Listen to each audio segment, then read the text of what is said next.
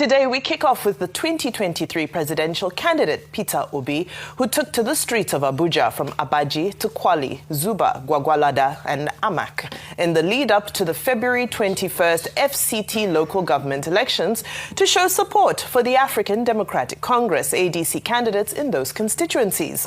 Walking through the streets of the various local government areas with his supporters, he engaged with citizens and listened to their concerns, as he declared that he is not scared and that he is in this election to change the lives of our children.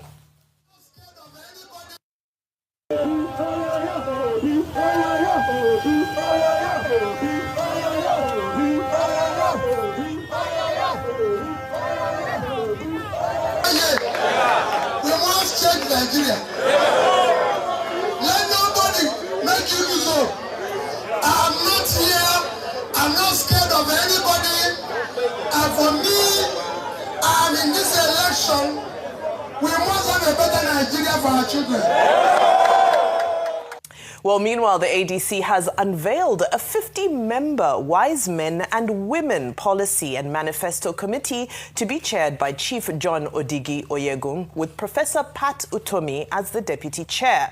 However, the main conversation here is, can Peter Obi secure the ADC presidential ticket? We can see the goodwill on the ground. We can see that the numbers came out for him in the FCT yesterday. So a lot of conversation happening around that. Dr. Abati, I'll come to you first. Well, I mean, straight up, Mr. Peter Obi has made it clear that, you know, the greatness of Nigeria is possible with P and O in capital letters. And he has been very consistent that he's in this business of politics, of leading Nigeria to serve the people, to improve the welfare of the people. And he has every legitimate right to say so, whether it is in the south or it is on the streets of Abuja, FCT, where they are having elections, municipal elections there, you know, in the FCT. So what I do not agree with is some people saying they are in a position to dictate who should become the candidate when the primaries come up. He's in the ADC, and he has also made it clear that he's going to run to win, particularly at the primaries level. But there are other contestants. The only concern about people is the rhetoric coming from Obedience. The person is called Obedience, who has almost been as magisterial, judgmental as some other persons involved in the matter, saying that it must be Peter Obi by force. You know, in a democratic process, you cannot dictate the outcome of a process. And I would just say, you know, the people in the ADC and also the members of the obedient movement should know that politics is also, you know, about respecting the rights of other people, you know, to make a free choice. Either within the party, we should have internal democracy, or in the general field where the rights of the people to choose should be respected. Absolutely. I know there were also some concerns that maybe the Obi factor of 2023 had died down, and some of these visuals, you know, making people question whether that's really the reality, although it's just FCT.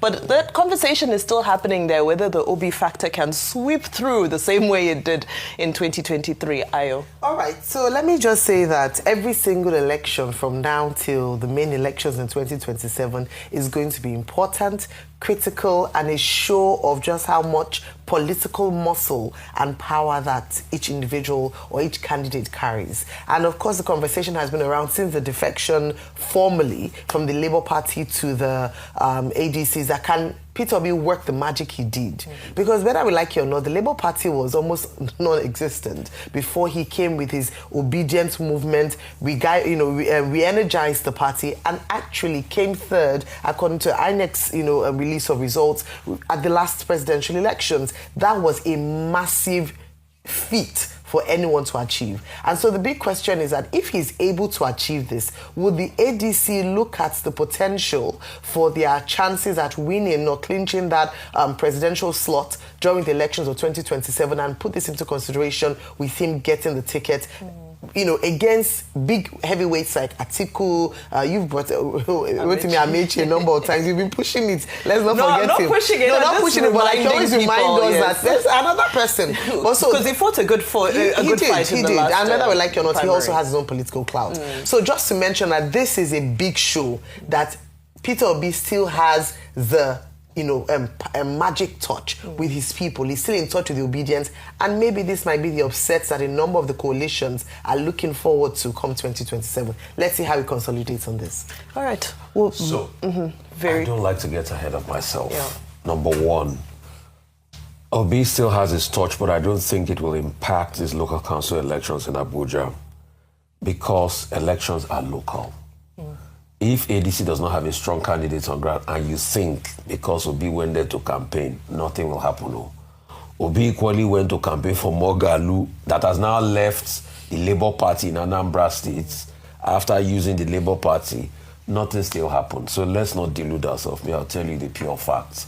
Secondly, as regards the obedience saying is Obi or not, in Dr. Abati, you can't be judge or begrudge a group of persons for having a firm mindset of support. Yes, that's democracy. If it doesn't go their way afterwards, they will see what is on ground. But you cannot say that they have the right not to be able to toot their candidate. People will toot their candidates. There's no how.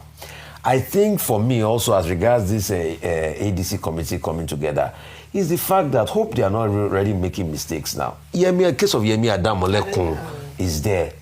So how did the ADC go put Yemi Adamolekun on a team where she has not agreed to be part of? It shows some of their shenanigans to start with. And I keep saying all of these things.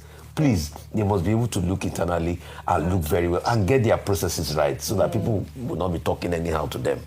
Absolutely. Well, I think one of the big themes really is to see whether internal democracy will actually succeed in when the ADC primary comes about, because, of course, we know the reputation that primaries have, and we look forward to seeing how that plays out.